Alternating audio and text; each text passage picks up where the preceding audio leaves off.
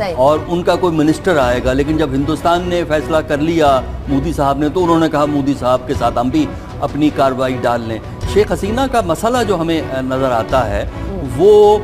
یہ ہے کہ قومی ضروریات اور قومی تقاضوں کو ایک طرف رکھتے ہوئے جو ان کی ذاتی بنیاد پہ دوست اور دشمن کا تصور ہے وہ ان کی پالیسی پہ ڈومینیٹ کرتا ہے۔ پاکستان کے خلاف تو وہ جو ہے جب پہلی دفعہ وزیر اعظم بنی تھی 96 میں، اس وقت سے اٹھا کے دیکھ لیجئے کہ جب بھی وہ اختیار میں آتی ہیں، اقتدار میں آتی ہیں، تو پاکستان کے خلاف ایک کیمپین جو ہے وہ لانچ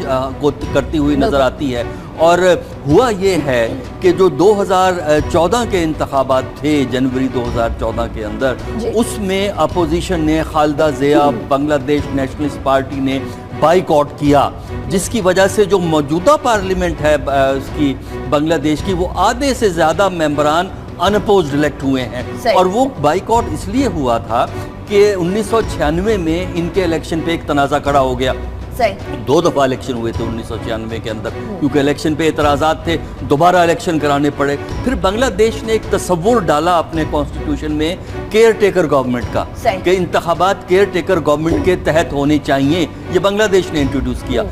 لیکن شیخ حسینہ نے جب پہلی دفعہ الیکشن جیتا 2009 میں، اس وقت یہ تصور موجود تھا، ہمارے ہاں بھی اس پہ بات ہوئی، لیکن بعد میں شیخ حسینہ نے 2014 کے الیکشن کے لیے وہ کیئر ٹیکر کا تصور ختم کر کے، کانسٹیٹیوشن امینڈ کر کے انہوں نے خود ہی الیکشن کرائے، جس کا خالدہ ضیاء نے کیئر کر لی کہ وہ الیکٹ ہو کسی بھی طریقے سے، وہ انشور کیا۔ اور یعنی انہوں نے اتنا خراب کیا خالدہ ضیاء اپوزیشن کو کہ انہوں نے بائیکاٹ کیا، جس کا فائدہ ان کو یہ ہوا کہ اس وقت وہاں کی پارلیمنٹ میں 90% لوگ جو ہیں وہ عوامی لیگ سے تعلق رکھتے ہیں، اور وہ ان کا کام صرف یہی ہے جو شیخ حسینہ صاحبہ فرماتی ہیں،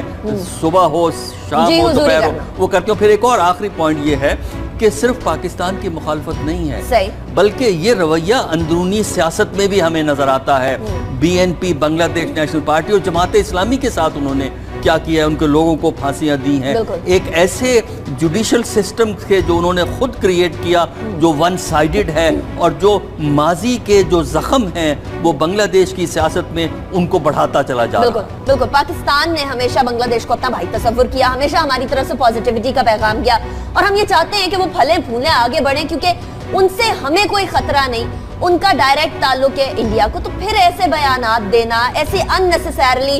ٹینشنز کریٹ کرنا، اس کا کیا پرپس ہے؟ ہر چیز کا ایک بیک گراؤنڈ ہوتا ہے، پس منظر ہوتا ہے، اور اگر آپ اس کو مجیب الرحمان کے بیک گراؤنڈ میں جائیں تو وہ بہت عرصے پہلے اگرتلہ سازش سے پہلے ہی was on Indian payroll, اور ان سے بڑے کلوز تعلقات تھے اس وقت سے جب سے اس نے اسٹوڈنٹ فیڈریشن بنائی تھی۔ اگر آپ کو یاد ہو تو 1963 میں مجیب الرحمان نے عوامی لیگ سے مسلم عوام، پہلے تھی مسلم عوامی لیگ، مسلم کا لفظ اس نے نکال دیا تھا، یعنی اس نے مسلمان ہونے سے اپنی آئیڈینٹی اس وقت ہی ختم کر دی تھی۔ پھر جب وہ اگرتلہ سازش کیس میں یہاں پہ جب 34 اور آفیسر ٹرائی ہوئے، اور وہ بڑا جینوائن کیس تھا جس کو بلڈ کر رہے تھے، لیکن پھر کوئی جو ہم بات کرتے ہیں سیاسی مصلحت آئی، پولیٹیکل پارٹیز نے ایوب خان کو مجبور کیا، بھٹو نے مجبور کیا، اس کو چھوڑنا پڑا۔ اس کے بعد جب وہ یہاں سے بنگلہ دیش بن گیا، اور یہاں سے وہ انگلینڈ یا رائل ایئر فورس کے جہاز میں وہاں پہ پرائم منسٹر سے ملاقات کی، when he went to Delhi, then he went بنگلہ دیش جانے سے پہلے وہ دہلی گیا، وہاں اس نے اندرا گاندھی کے ساتھ مل کے تقریر کی، اور وہاں اس نے اندرا گاندھی کا شکریہ ادا کیا، اور پاکستان کے خلاف مفادات پرٹ کی، اور پھر وہ بنگلہ دیش گیا۔ اب جب وہ بنگلہ دیش گیا تو بڑی انٹرسٹنگ چیز ہے، جب وہ ایک انڈیپینڈنٹ فائٹر تو اپنے آپ کو تصور کرتا تھا، اس کو بنگلہ بابو کہا جاتا تھا، لیکن میجر سید فاروق جس نے اس کو قتل کیا، جس 5 جنہوں نے ان کے خلاف کارروائی کی، اس کا ایک بیک گراؤنڈ تھا۔ وہ کہتا ہے کہ جی انڈیا بنگلہ دیش میں عورتیں بڑے اغوا ہو رہی تھی، جرائم بڑے ہو رہے تھے، سمگلنگ بڑی ہو رہی تھی، تو میں 2 دفعہ مجیب کے پاس گیا یہ بتانے کے لیے، اب وہ اپنا آرمی چیف کے پاس گیا کہ اس کو ختم کروائیں۔ وہ کہتا ہے وہ جب نہیں ہوا تو ایک دن میں مجیب کا چونکہ ADC رہا تھا، میں مجیب کے کمرے میں ان کے گھر میں چلا گیا، وہاں جا کے میں نے دیکھا کہ وہ لوگ جو وہ سمگلنگ کر رہے تھے، وہ لوگ جو عورتوں کو اٹھا کے لے کے جا رہے تھے، جو انڈین تھے، وہ اس کے ساتھ بیٹھے، تو میں نے فیصلہ کیا کہ اس کو ایلیمینیٹ کرنا ہے، اور پھر اس کو ایلیمینیٹ کر دیا گیا۔ تو یہ جو اور وہاں پہ جب مارا گیا تو یہ جو حسینہ تھی یہ جرمنی گئی تھی، اس کی بہن بھی جرمنی تھی، کیونکہ اس نے تباہ کرنا تھا چیز کو تو یہ بچ گئی، اور ہمیشہ شیطان بچ جاتے ہیں آپ کو. تو یہ شیطانیت جو تھی اس کے ذہن میں، یہ مجیب کے ذہن میں بھی شیطانیت تھی، اس کے ذہن میں، اور اس کا حال وہی ہوگا جو اب جماعت اسلامی والوں کا ہو رہا ہے، کیونکہ بنگلہ دیش کے اندر جو چیزیں جس طرح دبا رہی ہے وہ ایک ڈکٹیٹوریل رول کے تحت دبا. تو انڈیا سے میرا کہنے کا مطلب ہے ان کی افیلیشن حسینہ انڈین پے رول پہ ہی ہیں. ابھی بھی کہا یہ جاتا ہے کہ انڈینز جو ہے وہ اس کو ذاتی طور پہ بھی اس کی بہت مدد کرتے ہیں. ایک بیان جو آیا وہ یہ آیا کہ سفارتی تعلقات اسلام آباد سے منقطع کر دیں. ڈاکٹر صاحب اس سے ہمیں کوئی فرق پڑتا ہے؟ اس سے کوئی بہت زیادہ ڈائر کانسیکوینسز ہوں اس چیز کے؟ میرا نہیں خیال اس سے کوئی اتنا زیادہ فرق پڑے گا، کیونکہ پاکستان اور بنگلہ دیش کے درمیان اس وقت تعلقات برائے نام ہیں، اور جو تجارت ہے، اصل چیز تو تجارت اقتصادی تعلقات ہوتے ہیں، وہ بھی بڑے محدود ہیں. بنیادی طور پر اس وقت شیخ حسینہ کی پولیٹکس جو ہے اس کی بنیاد ملک کے اندر نفرت ہے. یعنی پاکستان کو تو آپ ایک طرف رکھ دیجئے نا، پاکستان تو ایک دوسرا ملک ہے، لیکن ملک کے اندر جو سپلٹ ہے، جو ڈویژن ہے، جو کہنا چاہیے تقسیم ہے، وہ بہت زیادہ بڑھتی چلی جا رہی ہے. اصل میں تو سیاست کے لیے ضروری ہوتا ہے کہ ہیلنگ پروسیس ہو، کہ آپ کے اندر تضادات کم ہو، آپ کے اندر کانفلکٹس کم ہو، آپ کے خلاف گریونسز کم ہوں. لیکن ہم یہ دیکھ رہے ہیں کہ بنگلہ دیش میں خاص کر 2014 سے پہلے بھی یہ کام تھا، لیکن اس وقت فوکس صرف بی این پی تھا، بنگلہ دیش نیشنل پارٹی. اب یہ ہے کہ بنگلہ دیش نیشنل پارٹی شیخ اپنے جو ہے خالدہ ضیاء کو ان کو ایک طرف کرنے کے بعد اب زیادہ فوکس ان کا جماعت اسلامی پہ ہے، تاکہ انٹرنل کنسولیڈیشن اپنی ذات کے گرد کی جائے. لیکن بنگلہ دیش کے اندر انفارچونیٹلی اس وقت جو ہے تضادات اور تقسیم چلی جا رہی ہے. ایک اور کوئک کوسچن، یہ کہا جا رہا ہے دباؤ بہت ڈالا جا رہا ہے سفارتی تعلقات ختم کرنے سے اسلام آباد. کون دباؤ ڈال رہا ہے؟ دیکھیے وہاں دباؤ کس نے ڈالنا ہے؟ جو ان کے ارد گرد لوگ بیٹھے ہوئے ہیں وہ ہیں جو شیخ حسینہ کی تھنکنگ کو شیئر کرتے ہیں، اور ویسے بھی شیخ حسینہ ذاتی طور پہ حکومت کو رن کرتی ہیں. یہ ان کی اپنی تھنکنگ ہے جس کو وہ ریفلیکٹ کر رہی ہیں کہ ہمیں اور کون کہہ رہا ہے. ہم نے تو کوئی بنگلہ دیش کے کسی نیوز پیپر میں سٹیٹمنٹ نہیں پڑھی کہ پاکستان سے تعلقات ختم کیے جائیں، علاوہ عوامی لیگ کے ہارڈ کور کے. عوامی لیگ کا ہارڈ کور جو ہے وہ وہی باتیں کہتا ہے جو شیخ حسینہ کہتا ہے. ٹھیک ہے، اور دباؤ تو وہ کوئی بھی شخص اسی کا لیتا ہے نا جس دباؤ کے ساتھ اس کا اپنا دل و دماغ بھی جو الائنڈ ہو. بات یہ کہ حسینہ کے خلاف بڑے سیریس کرپشن چارجز ہیں. وہ تاج اسلام فاروق ہے جس سے نے 30,000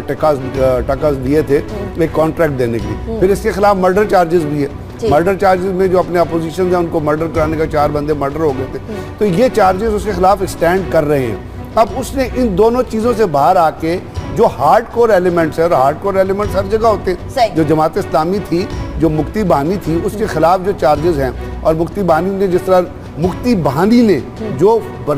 بنگالی تھے انہوں نے جس طرح لوٹ مار کی اور عورتوں کا ریپ کیا، یعنی اگر آپ دنیا کی انٹرنیشنل کتابیں پڑھیں تو وہاں پہ یہ کہا جاتا ہے کہ جتنی پاکستان کے خلاف الزام لگایا جاتا ہے اتنی اسپیس ہی نہیں تھی کرائم کرنے کی. تو اب یہ جو چیز کو ایکسپلائٹ کر رہی ہے، اور اس کے اندر جو پارٹی کے اندر ہارڈ کور ایلیمنٹ اور اس کی اپنی ذات کے اندر بھی نفرت پوشیدہ ہے. ٹھیک ہے،